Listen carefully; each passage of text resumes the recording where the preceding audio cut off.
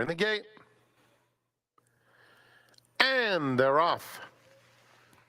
Sassafran is going out for the lead. Lady Mendelssohn up close in the opening stages. Heart's Fantasy third. Passed now by Cohart, and Orange Thunder is behind that pair. Then Mrazek's Old Dream outside Z's Wardrobe, and two more to Renatus. Into the first turn, and Sassafran and Juan Hernandez carve out the fractions, tracked by Lady Mendelssohn, who's in a great spot second. It's in a gap of 5 lengths to Cohart in third. Followed on the inside by Heart's Fantasy in the fourth. Then Orange Thunder moving up on the outside takes that fourth spot. Mrazek's Old Dream, Renatus, and Z's Wardrobe. 15 lengths or so covering the field as Sassafran tries to shake loose with a 3-length lead. Lady Mendelssohn, a clear-cut second. Huge gap still to Cohart third. Another 2 back to Orange Thunder, followed by Heart's Fantasy. Mrazek's Old Dream is next, followed by Z's Wardrobe at the back of the field. Around the far turn, Sassafran. Lady Mendelssohn has to get after her now and is doing so. Within a length and a half of Sassafran coming to the quarter pole.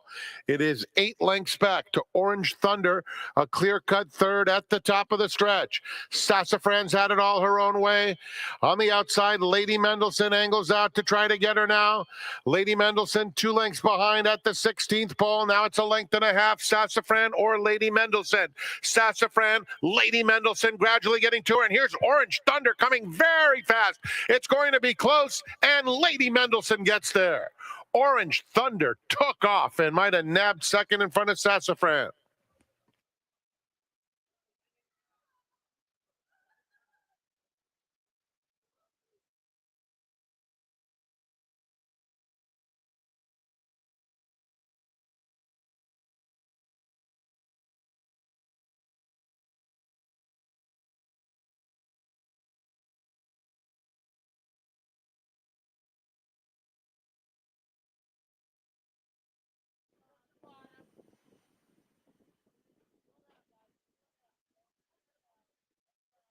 They're in the gate.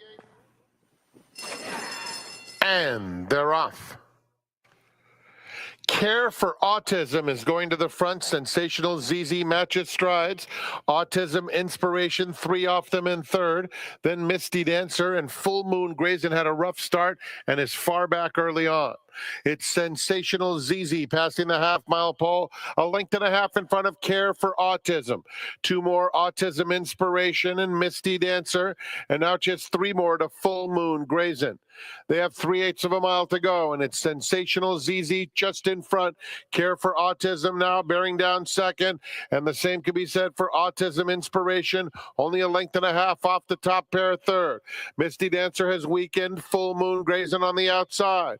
Turning for home, Care for Autism, Autism Inspiration. These are the 2 to go on. Sensational ZZ is back to third. They're inside the 8th pole, and Autism Inspiration on the outside of Care for Autism. Care for Autism not done, fighting back willingly. Care for Autism, Autism Inspiration. Care for Autism would not be denied. Turning away a big bid from Autism Inspiration. Full Moon Grayson got going late for third.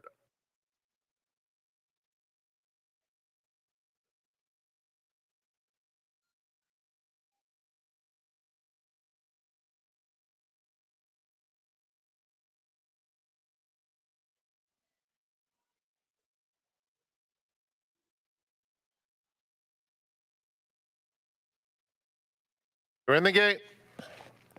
And they're off. Not the best of beginnings for Majestic Palisades. Osage Creek is quick. Guaguarero is going to the front. Malibu Rocks presses. The pace is honest enough. Broadway Unions comes away in fourth, 4 lengths off the lead. Then Excel Calculator, who was just passed by Majestic Palisades. Rounding the first turn, and Guaguarero gets the lead. Opens up a length and a half. Malibu Rocks moves up on the outside to take second, and Osage Creek tucked in third. They're followed by Broadway Unions, who's tugging a bit in fourth.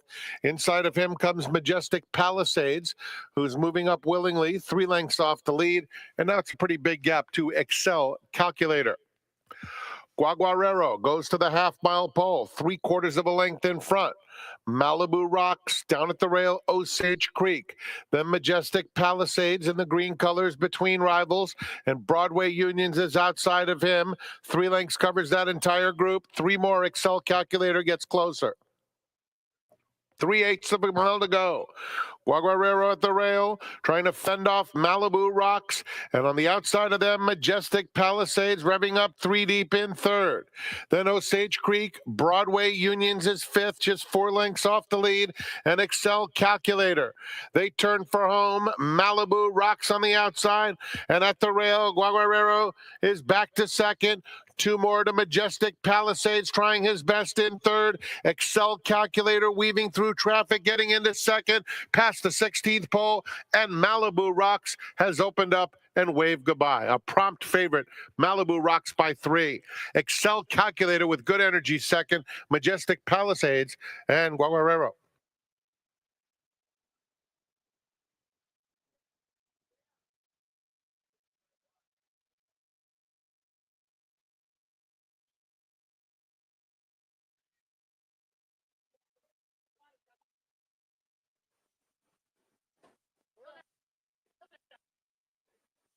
And they're off. It's a fast start for Galloping Major. Candy's Wildcat is up close in the early going, and here's Majestic Cotton scooting through along the inside, now taking second. One Big Smile is third. Then 6 Hot Grands fifth, and 4 lengths off the lead. Steve's Big Ticket is next, followed by Hot Goblin, a break of 3 back to Run Bubba Run, and Bo Broom at the back of the field. They move toward the 3/8 pole. It's Candy's Wildcat and One Big Smile, now a length and a half back second. Another 2 to Galloping Major inside. 6 Hot Grands. Hot Goblin and Majestic Cotton follow that pair. Steve's Big Ticket, Run Bubba Run, and Bo Broom continues at the back. Candy's Wildcat, the leader. One Big Smile is drifting out while weakening in second. Down on the inside comes Majestic Cotton and Hot Goblin right together. They're coming toward the 8th pole. Candy's Wildcat, 3-length lead. One Big Smile now straightens up and is finishing with a bit of interest in second, followed by Hot Goblin. Galloping Major on the outside. Majestic Cotton down at the rail. Candy's Wildcat gave him the slip and waved goodbye. Candy's Wildcat cruises home. One Big Smile second. 3-way photo for third among Galloping Major, Majestic Cotton, and Hot Goblin.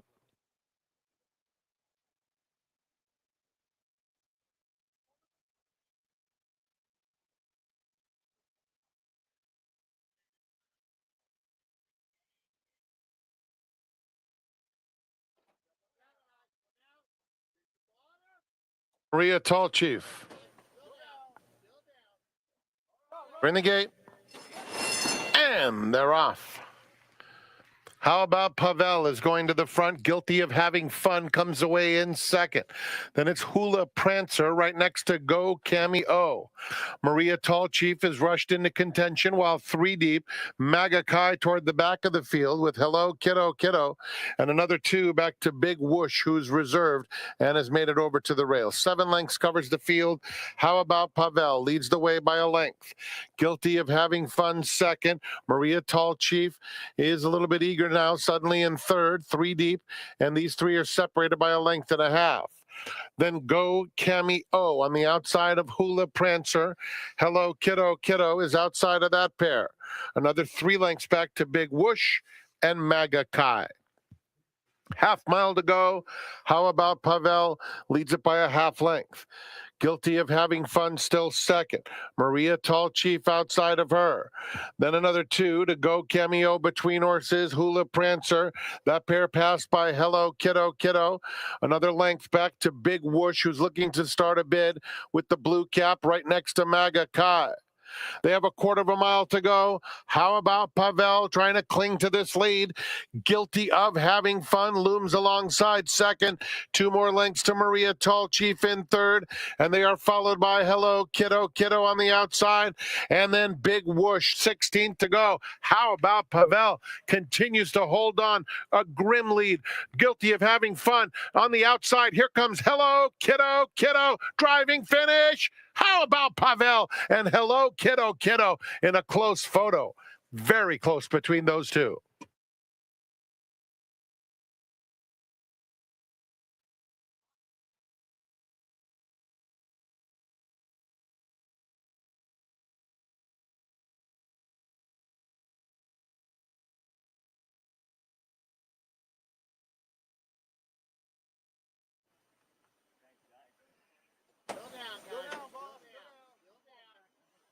The gate. And they're off. Quick start for Daddy Gave It To Me. Spotted Haze on the outside. Tapatia Leah has some early speed too. But it will be the heavy favorite Spotted Haze to clear off, leading a length and a half. Tapatia Leah in second. They're followed by Daddy Gave It To Me, racing on the outside of Culbit at the rail. Then Lucky Sermon fifth, 4 lengths off the lead. Queen of Jazz, So Flashy, and after a stutter step start, Dixie Allure, the distant trailer. Less than 3 furlongs remaining for Spotted Haze, who leads it by 3, chased by Tapatia Leah. Then a hard-ridden Daddy Gave It To Me third, followed by Queen of Jazz inching up outside of Culbit. From the back, Dixie Allure. They turn for home, and Spotted Haze with a 5-length lead. Tapatia Leah trying to get closer. No one else making any impression. Dixie Allure belatedly in the center of the racetrack. The tote board told the story. Spotted Haze completely outclasses the competition, giving Juan Hernandez a triple. He just had to hold on. Tapatia Leah 6 lengths away second. Dixie Allure third. Then Daddy Gave It To Me.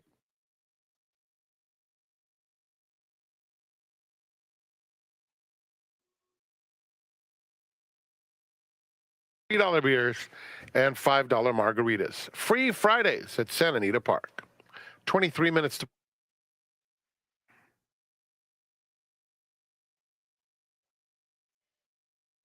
And they're off. Smooth start for Royal Charter. Normandy Queen is up close in the early going. They're joined and headed by Queen Maxima. And on the inside, Shanchi is showing good speed too. So there's a pretty good battle for the front end. It's Shanji on the inside now, just in front. Queen Maxima is a neck away second, and Normandy Queen gets a good tracking spot, 2 off the pace in third. Royal Charter is down on the inside, tucked in fourth, joined by Egyptian Mao, who moves through fifth, but only about 3 lengths off the lead. It's another 2 lengths back to Real Fire, who races on the outside of Kitty Kitana. It's a fairly compact group that comes toward the quarter pole. Shanchi on the inside, just in front. Queen Maxima re-engages in second, shifts just a touch. A length and a half back to Normandy Queen, who's 3 deep in third. Real Fire is on the outside of them. Royal Charter in the white now gets a clear shot with a furlong left to go, as Queen Maxima has opened up and has a lot of run too. Queen Maxima striding powerfully past the 16th pole. She is long gone, streaking home. That's 4 for Juan Hernandez. Queen Maxima jogs. Royal Charter was second. Egyptian Mao finished third in front of Shanji.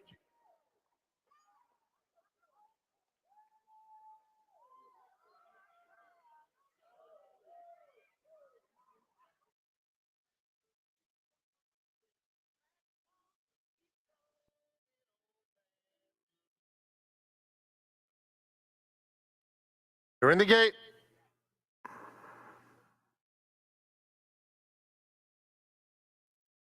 And they're off.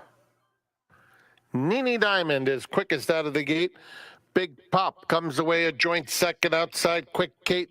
No Cap is down at the rail. So it will be Nini Diamond to be the target. Big Pop tries to move and engage, but Nini Diamond's quicker to the half-mile pole. Then it's No Cap at the rail third, 2 lengths off the lead, and another 2 back to Quick Kate. They're heading into the far turn. And it's Juan Hernandez and Nini Diamond carving out the fractions, cruising along, in fact, letting it out a notch. A length and a half now to Big Pop with 3 furlongs to go. Big Pop gets a nudge. At the rail, No Cap is still in the thick of it, and Quick Kate is at the back. 3 lengths covers the field. They have a quarter of a mile to go, and Nini Diamond to catch. Leads it by a length. Big Pop trying her best in second. Here's No Cap getting breathing room, moving into second with a furlong left to go. Has to get to Nini Diamond. Nini Diamond still in control. 2.5 length lead. No Cap trying so hard to close the gap and is doing so, but she's not getting to Nini Diamond. Nini Diamond all the way. 5 for Hernandez.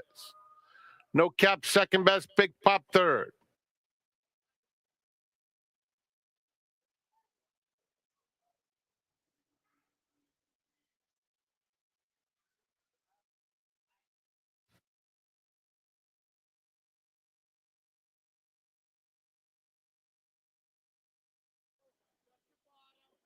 Naftis to the outside.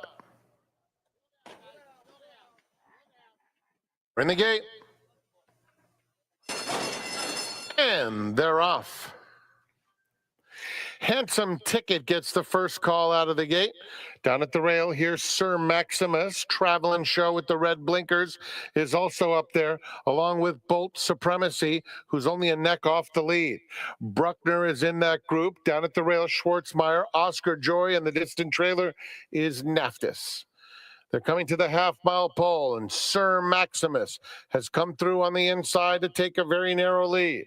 Handsome Ticket a neck back second. Bolt Supremacy comfortable while 3 wide third. And Schwartzmeyer is in fourth, 3 lengths off the lead midway on the turn.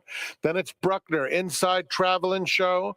Oscar Joy, Naftis just 5 lengths covers the field with a quarter of a mile to go. And Bolt Supremacy makes the move for the lead.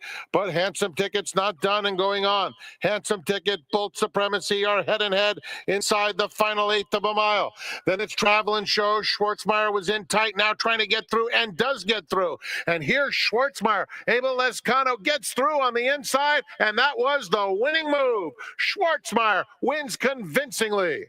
Travelin' Show was second. It's a photo for third. Looked like Oscar Joy got the show, though. And then fourth between Naftis and Bolt Supremacy.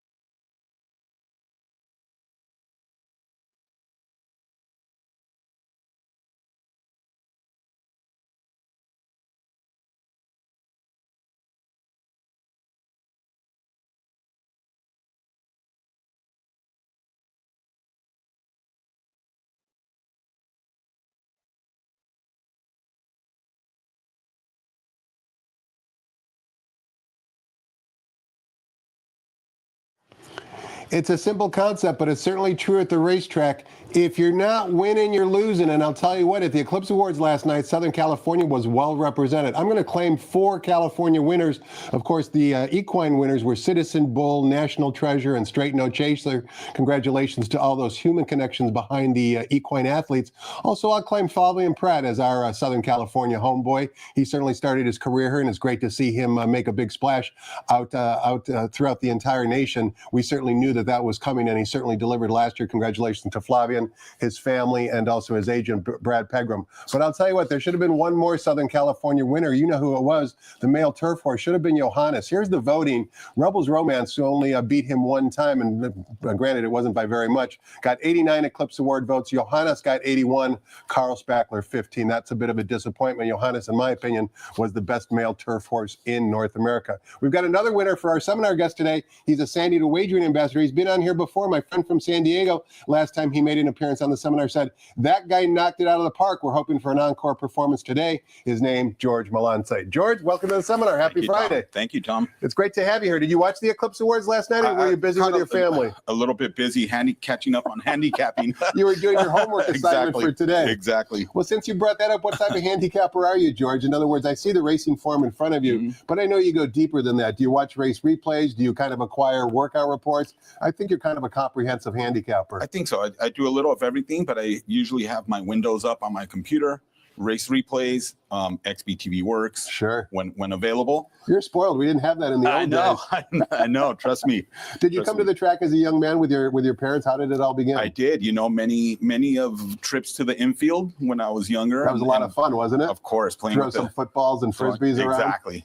You know, on occasion sneaking into that on those hot days into the fountain, getting kicked out by the security guard. But did you tell your dad who to bet, and he'd make a $2 win bet on you? He would. And I think, you know, I'm going to age myself, but back then it's like $5.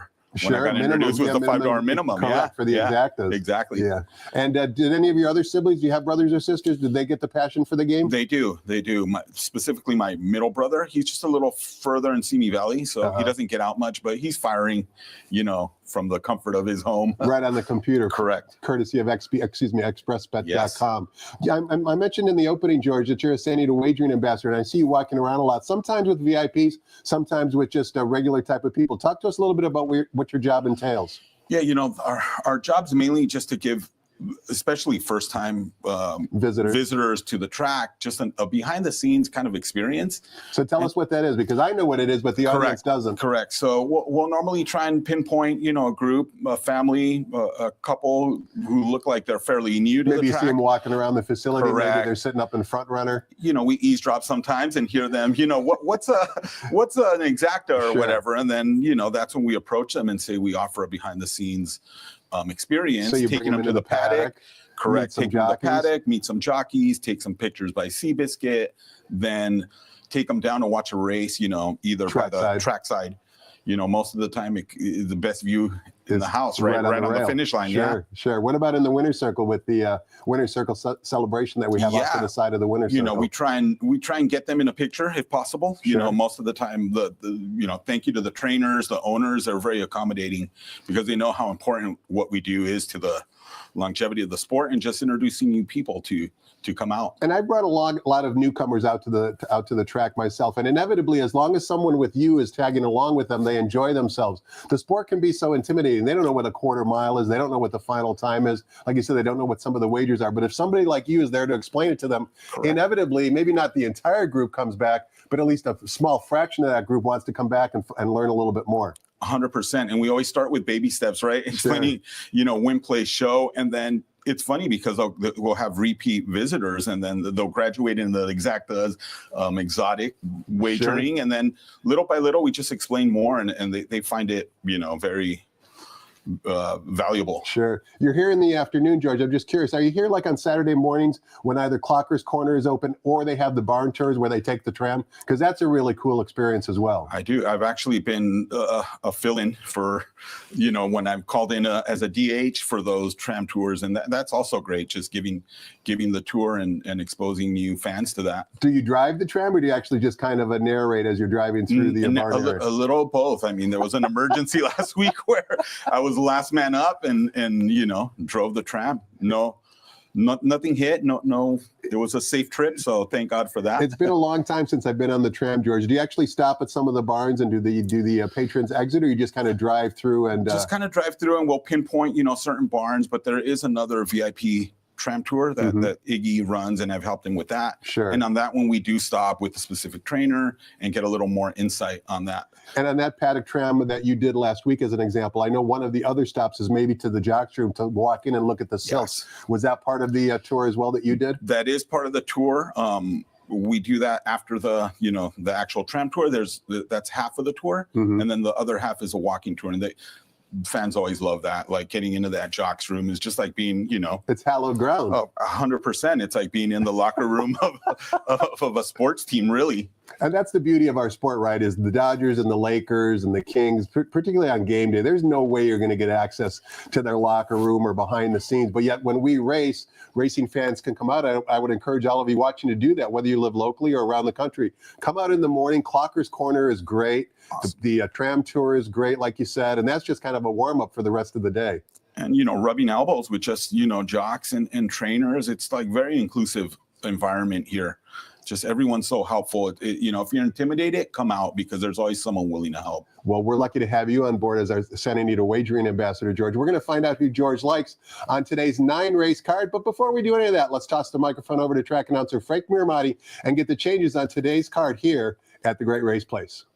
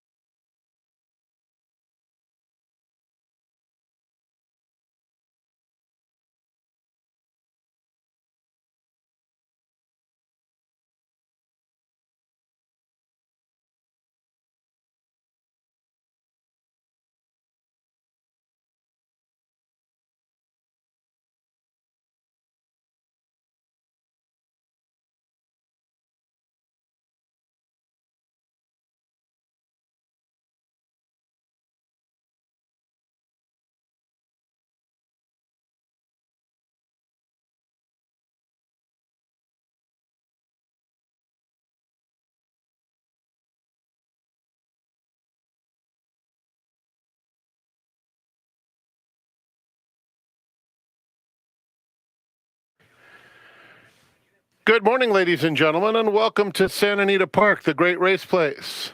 Track is fast and the turf is firm. Here are the early changes. In the first, just the blinker note.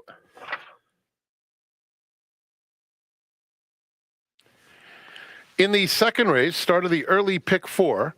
Number 4, Enos Slaughter, 2 pounds over. 7, Nolde, make the jockey Frank Alvarado. Frank Alvarado rides number 7 in race 2. Turning to race 3.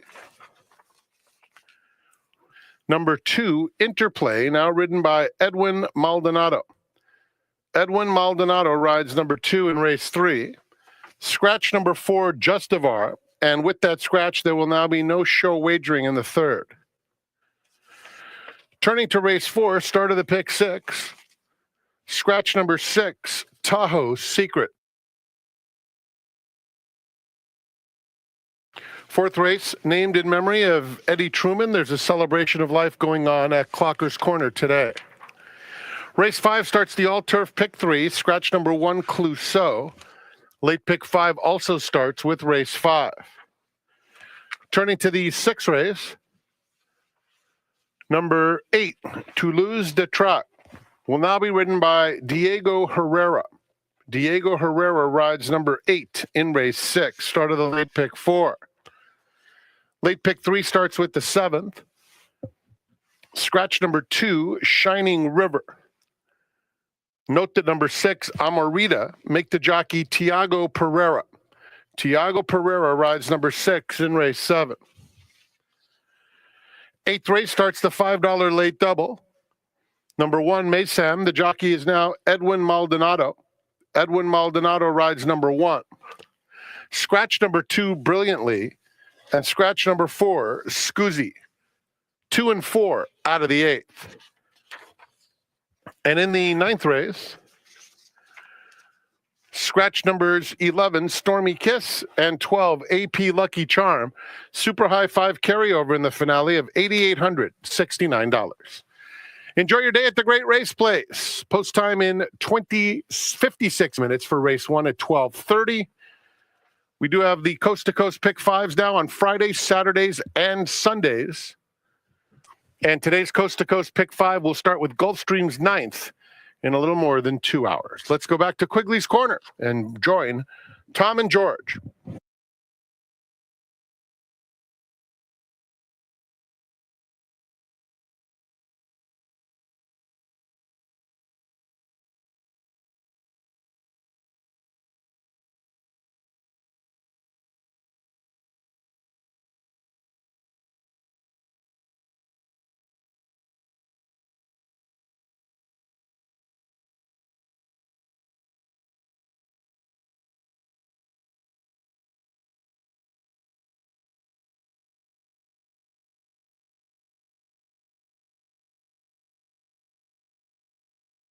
Welcome back. We're talking horses with George Malanche. He is a San Anita Wagering Ambassador right here at the Great Race Place. He escorts new people and new groups around the entire facility. He takes them behind the scenes. And next time you come out to the racetrack, if you want to look for George, he's easy to spot. You'll always see him in the paddock for almost every race. All right, George, a lot of ground to cover. 9 races. Kicking things off in race number 1, which begins the popular 50-cent early pick 5. We're on the turf course. The rails today on the turf course are at 20 feet. And race 1, the distance is 1 mile for fillies and mares, non-winners of 2 races lifetime. $25,000 is the claiming tag. We've got a field of 8. Morning line favorite in the current betting choice at 4-5 is number 2, She's Splendid from the Marcelo Polanco barn. Give us your thoughts on race 1, George.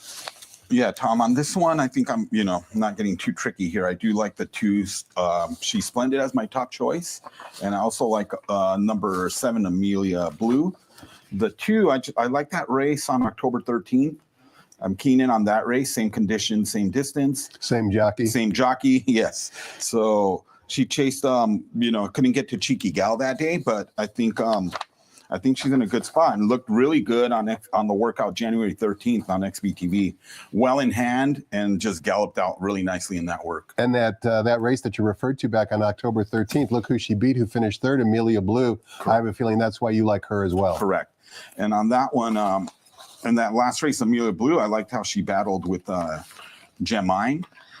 She's back quickly in 8 days, and I do like the stretch out back to a mile. I think the speed might carry for a little more. Race number 2, we are going 1 mile on the main track. It also begins the 50-cent early pick 4. $10,000 claimers make the jockey number 7, Noldy, Frank Alvarado, morning line favorite number 3, Atomic Drop. Before we get your thoughts on the race, George, there's 2 runners in this field that exit the same race. This race was back on December 27th. The top 2 finishes in that race, Impossible Task and Soul of Midnight, are competing in today's second race. They're going to be easy to spot on the replay.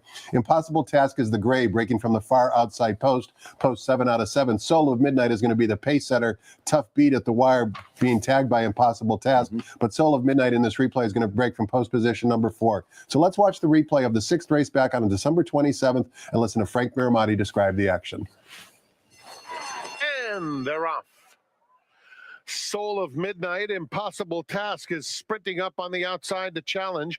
Vanzi came away in the top flight, as did El Joy, and Tom and Jazzy is scraping the rail, only 2 lengths off the lead. Behind this group is Contrary Chieftain in the distant trailer, Big Spin. They're heading to the 6 furlong pole, and it is Soul of Midnight at the rail, Impossible Task, a half length back in second. Then Vanzi in between horses. Down at the rail, Tom and Jazzy, and El Joy 5th, but just 4 lengths off the lead. A gap of 4, back to Contrary Chieftain, and Big Spin continues unhurried, some 12 or 15 lengths off the lead. Half mile left to travel. Soul of Midnight lets it out a notch, opens up almost 2 lengths now on Impossible Task in second. Vanzi, Tom and Jazzy are right together. Then El Joy, Contrary Chieftain, 7 off the lead and 6 clear of Big Spin. 3/8 to go. Soul of Midnight, 1.5 lengths. Impossible Task trying to come back for more in second. Vanzi is third. Tom and Jazzy. Contrary Chieftain, 6 off the lead. 2 clear of El Joy and Big Spin. They have a 1/4 mile to go. Impossible Task, the gray. Vanzi now moving up nicely between horses. And Soul of Midnight is down at the rail, still in front. Soul of Midnight, Vanzi between, and Impossible Task. These 3 fighting it out. Soul of Midnight resilient on the front end. Impossible Task trying to go by. Soul of Midnight, Impossible Task. Soul of Midnight, Impossible Task. Soul of Midnight. And George, if anybody had Soul of Midnight to win that particular afternoon, that's a brutal beat at odds of 5-2. But make no mistake, Impossible Task covered a lot of extra ground compared to Soul of Midnight. Those 2 battled down to the wire. Really exciting finish. You actually like Impossible Task to repeat today. Tell us why. I do. And a quick note, I love the gallop out on that horse in that replay. I think last time out, kind of had to take the task of keeping Soul of Midnight honest, or else Soul of Midnight may have been a lone speed. So I think today, I'm thinking Atomic Drop might take that task today, and might set it up for a nice tracking trip for Impossible Task today. And Impossible Task has 6 lifetime wins from 38 career starts. All 4 came at this distance. 4 of them came at this distance. 4 of them came right here on the main track at San Diego from just 13 starts. Sure looks like Impossible Task's favorite track is right here at San Diego. Let's take a look at race number 3, George. We've got fillies and mares going 1 1/8 on the turf course. They're maiden special weights. 1 scratch the 4, Justifar. Number 2, Interplay, is now going to be ridden by Edwin Maldonado. Once again, Kaz Kamara off all mounts. It was reported yesterday he's going to be out for a month, unfortunately, with the injury that he suffered a week ago. We've just got 4 runners here. Sophisticate 3 to 5 on the morning line, likely to go lower. Single in the pick 5 here, George. I think that's going to be the likely single for the day. I did give Justifar just a slight chance, just because I thought would inherit the lead. But now that we see Edwin on this too, I'm wondering if I'm guessing he's going to gun to the lead. So just like that race 3 back when she showed speed that day. Sophisticate has kind of been a hanger in terms of 6 lifetime starts, but camera shy, 4 seconds and thirds. It's tempting to try and beat her. She's got the best numbers, but like you said, pace could kind of play into the race, particularly if Interplay goes to the lead. Agreed. So Race number 4 begins the $2 pick 6, and this race is named in honor of the memory of Eddie Truman, the former trainer who passed away a few weeks ago. There's going to be a celebration of life, as you heard Frank Miramati describe up at Clocker's Corner during the afternoon. Our thoughts and prayers are certainly with his friends friends and family. And the race named in Eddie's honor, we're sprinting 5.5 furlongs for $8,000 claimers, non-winners of 3 races lifetime. This is a restricted race, primarily restricted to horses based up in Northern California, or horses that have started for a claiming price of $12,500 or less in one of their last 2 starts. We've got a field of 7 after the scratch of number 6, Tahoe Secrets. Number 2, Cowboy Kisses is the 5-2 morning line favorite. These races restricted to Northern California runners have been a bit of a head scratcher up to this point, not necessarily from a form standpoint, but just trying to decipher them. Who do you like in this race and why, George?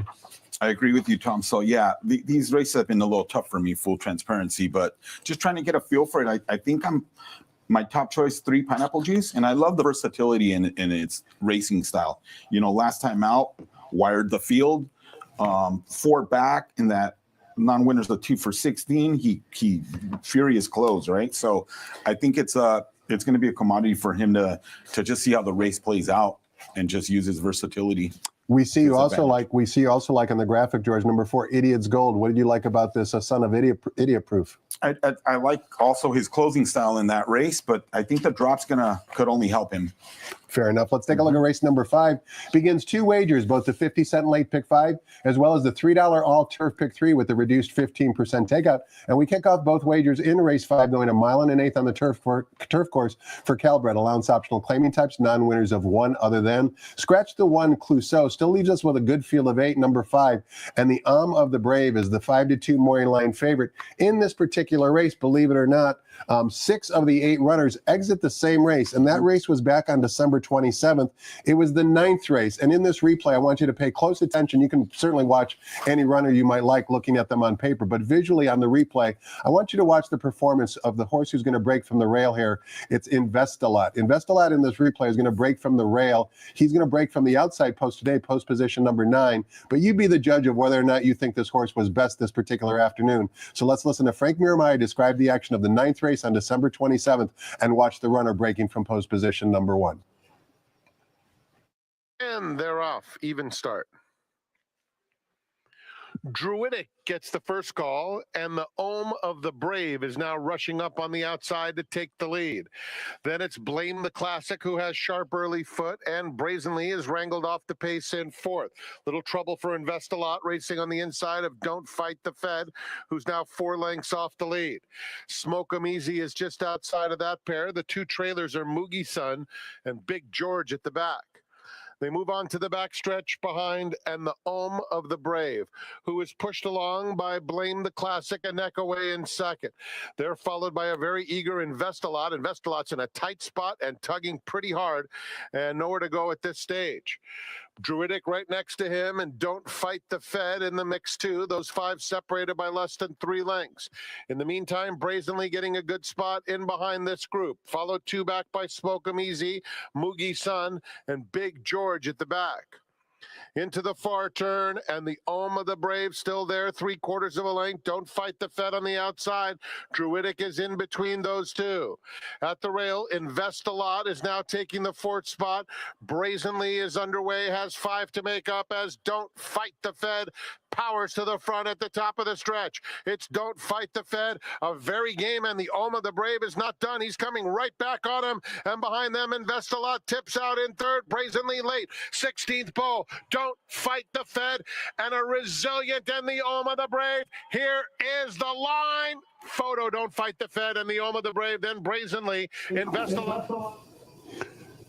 George, take a look at the replay here with Investalot. Not only was he rank and basically eager to go early on, as you well saw, but on the gallop out here, despite all that trouble, he still gallops out in front. That replay we just watched was at a mile. Today's distance is 1 1/8. Granted, he does draw the outside post, but maybe that's a better post for him. And you can see how much this son of Sir Prancelot improved once they put him on the turf course going long. He's been a totally different horse, and the running line does that visual. Certainly no justice. I know you like Investalot a lot in race number 5.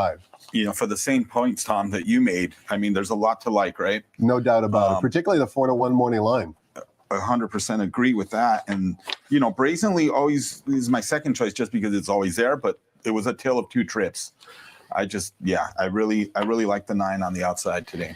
9 and 7 in race number 5 for our seminar guest, George Malanche. Race number 6 begins the 50-cent late pick 4. We're back on the main track. 6 furlongs for fillies and mares, $16,000 claimers, non-winners of 2 races lifetime. Got a good field of 8. Make the jockey on number 8, Diego Herrera, the Maury Lane favorite. Number 4, Misty Muppet from the Mike Pipey barn. Sluggo Racing, the owner, had 2 big wins yesterday. They certainly support the game here in Southern California. Expect them to get another win today, George? Yeah, I think for me, it's between the 2 and the 4.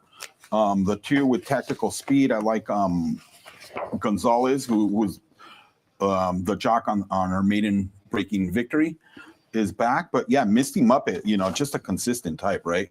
4 thirds in a row. I think, every right to get the job done here.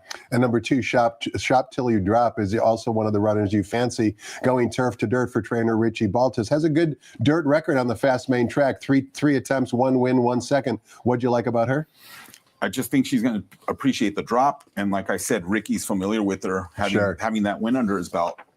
Fair enough. Let's take a look at race number 7, George. Begins at $3 late pick 3 with the reduced 15% takeout. This wager in the $5 late daily double has been warmly embraced by the wagering public, understandably so, because it's got a higher minimum, lower takeout, which always means better payouts. And we kick things off for the $3 late pick 3 today in race number 7, going 1 mile on the turf course for 3-year-old fillies, allowance optional claiming types. Scratch the 2, leads us with a field of 5. Number 6, Amarita, now being ridden by Tiago Pereira. Morning line favorite. Number 4, Super Speed, taking the blinkers off for trainer John Sadler. 8-5 according to our morning line odds maker Jeff Siegel. What's this race according to George Malanche? Yeah, I think the 4 I think will make amends, failing as a favorite last time. I just expect her to be more forwardly placed this time. She'll fight, always comes with the late run, but like I said, I think 4 is just going to have the advantage on her turning for home today. And as you can see, if you both have the past performances and the program, all of these runners today, newly turned 3-year-olds, do add Lasix for the very first time in their career. Race number 8 begins the aforementioned $5 late daily double, also with a reduced 15% takeout. In race 8, we're traveling 6.5 furlongs on the main track for maiden special weight 3-year-old fillies. 2 scratches. Scratch the 2 and the 4. Make the jockey on number 1, Maysam Edwin Maldonado. 9-5 on the morning line, likely to go lower with the scratch of the original morning line favorite. George, before we get your thoughts on the race, we want to watch a workout for one of the first-time starters, and that would be number 1, Maysam. This workout that we're viewing, courtesy of our friends at xbtv.com, was on January 19th, and you can see that right now, Maysam is down on the inside. They're just getting ready to go full speed in their workout, and on the outside is a debut runner who's going to actually debut tomorrow for trainer Bob Baffert, and that work may cost $775,000. Maysam, who's down on the inside, only cost $500,000, $500,000. Certainly, the Bob Baffert barn is loaded for bear once again with both colts and fillies in the 3-year-old division. But Maysam here does very, very well, in my opinion, in terms of working out. George, I'm going to let you continue the commentary because you watch a lot of workouts on xbtv.com. What did you like specifically about this workout? To your point, Varney, she was just going comfortable. I think she outworked Varney, or at least held his own against Varney. Correct. It's different when you see. I don't really go on times. Visually, you have to see it, and I just loved everything about this work. Down on the inside, doing it very professionally. Here is one concern, if I can find the piece of paper, which I can. The one concern would be with Maysam, if you're looking to take a short price, and most of us are not willing to do so, in all sprint races on the main track at all distances, the rail post position so far this winter meet is just 2 for 47. We've had 47 runners break from post position number 1 in all dirt sprints at all distances. Just 2 winners from that distance, but you still think Maysam is the top choice in this race? Yeah, absolutely. To be honest, that was before the Baffert scratch. Correct. My order was 2-1, but because of the scratch, I know the three's been showing some good works too and should show speed, but I really think he's just having Edwin now aboard. I think there's one way to go for this horse. And you also like another first-time starter, number 3, Frog from the Michael McCarthy barn, this daughter of Frosted. What'd you like about her on debut? I did like her work on January 13th. It was a really sharp break from the gate. So that's one thing I like to see when they're breaking from the gate. I want to see some sharp sharp starts. Fair enough. Let's take a look at race number 9. We close out the day in race 9 with $1 super high five wagering. And as you heard Frank Miramati describe, we do have a carryover in the super high five pool today. $8,000 is already in the kitty, and certainly is going to grow with new money. And in race 9, we're traveling 6 furlongs in the turf course for maiden claimers. $50,000 is the claiming tag. Take out the 2 also eligibles. 11 and 12 will not compete. Still leaves us with a good field of 10, including number 10, Blister in the Sun, who is the 2-1 morning line favorite for trainer Phil D'Amato. Ricky Gonzalez in the saddle. 10 ways you can go. 10 ways you can go here, George. Which way you going and why? You know, I'm going to go for a little bit of an upset here with the 9 Mucho Magical. Tell us why. If you watch that race on December 15th, bumped at the start and ran a respectable race right after that.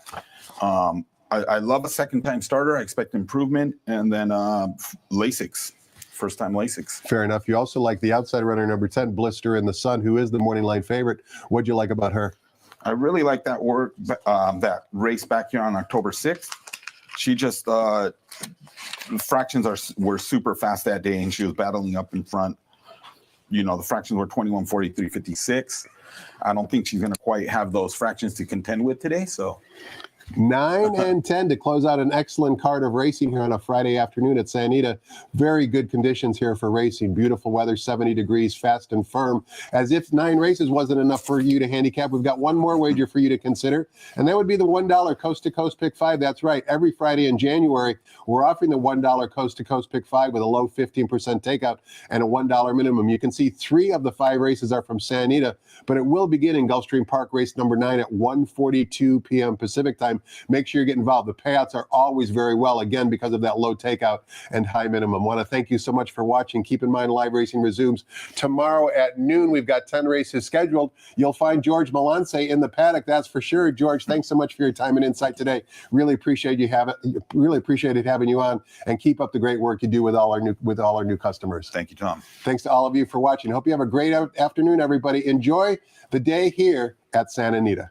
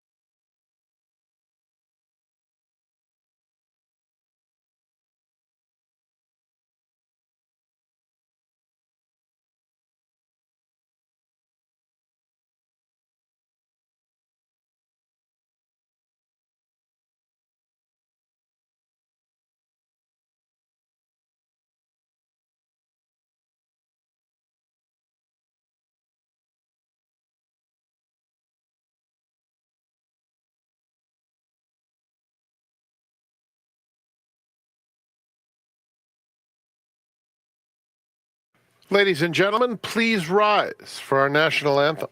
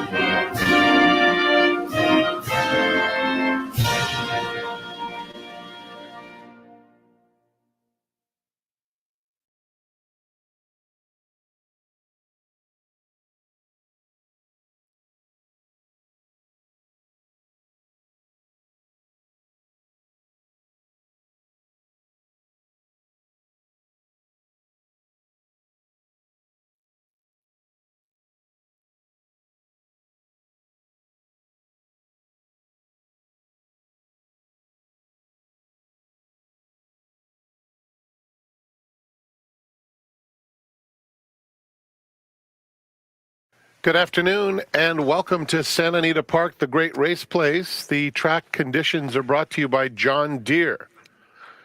We are fast and firm.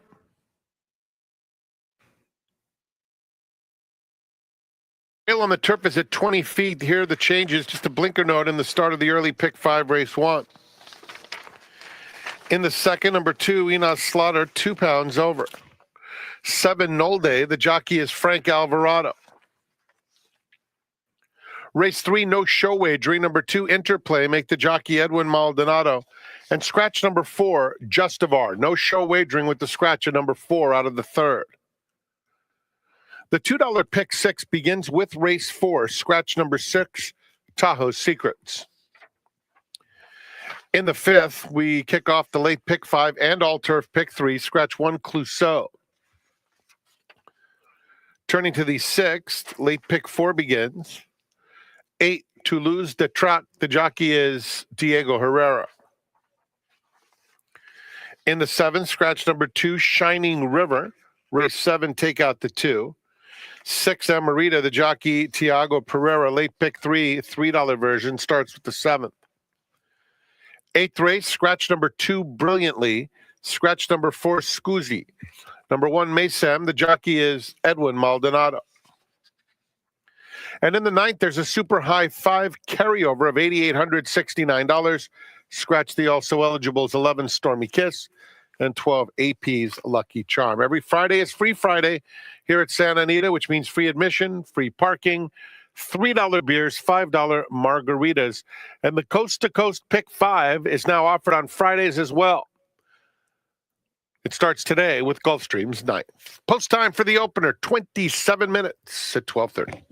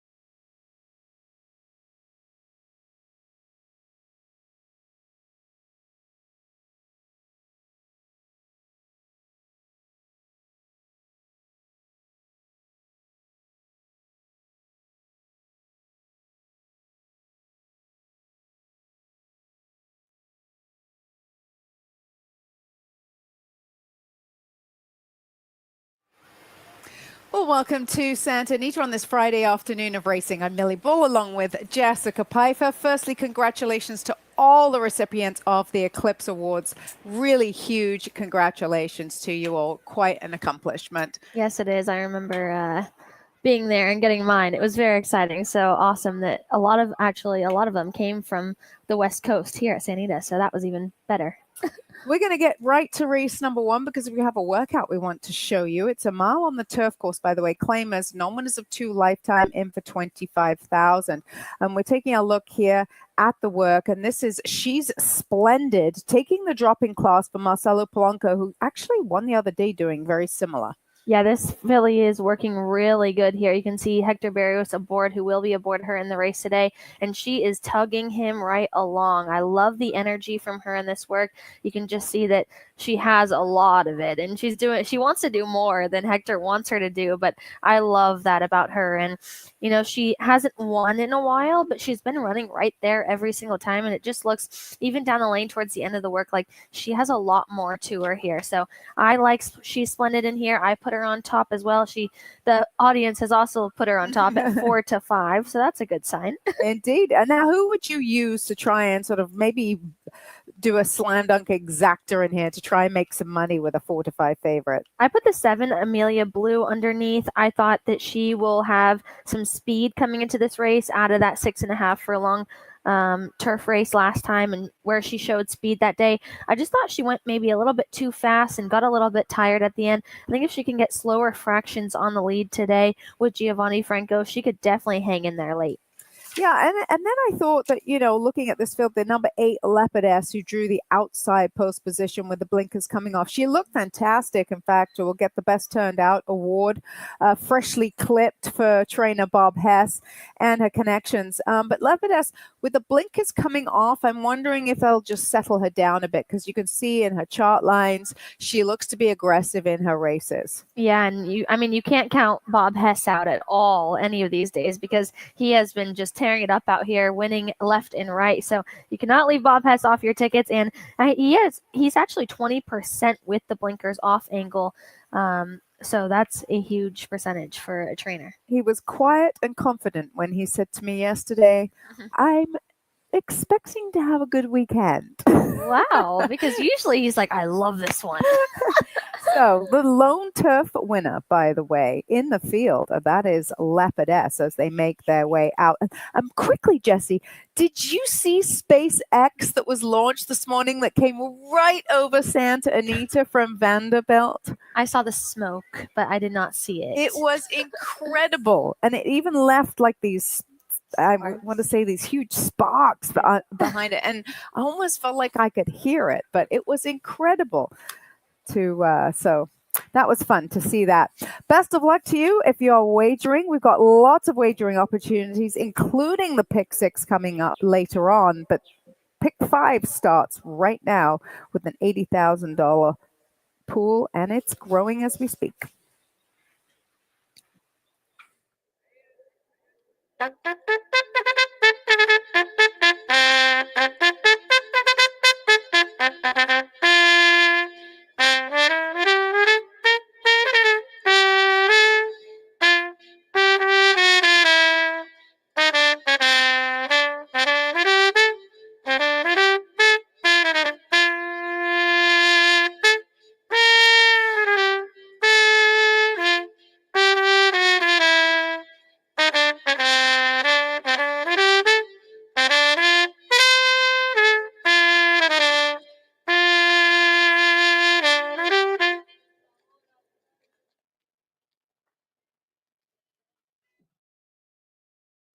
Santa Anita Park welcomes back Jay Cohen, who calls them onto the track for race number 1.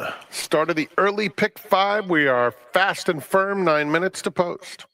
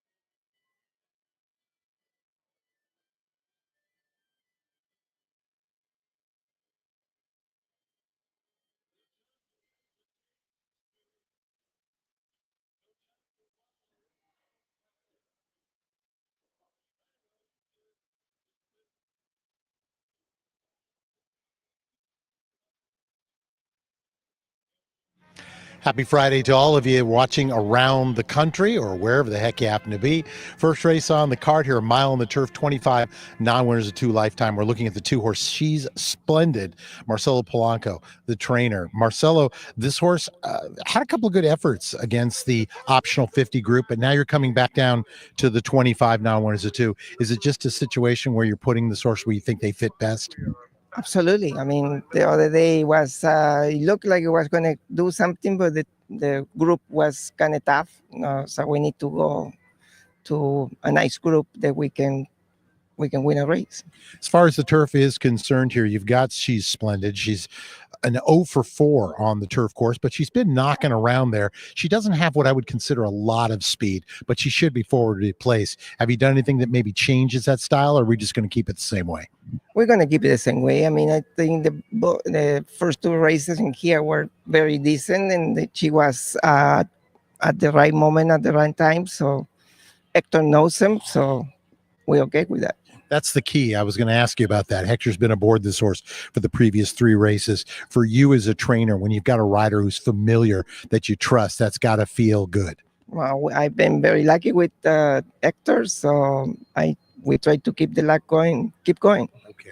Marcelo, we appreciate the time. Good luck in the race. Thank you. Thank you very much.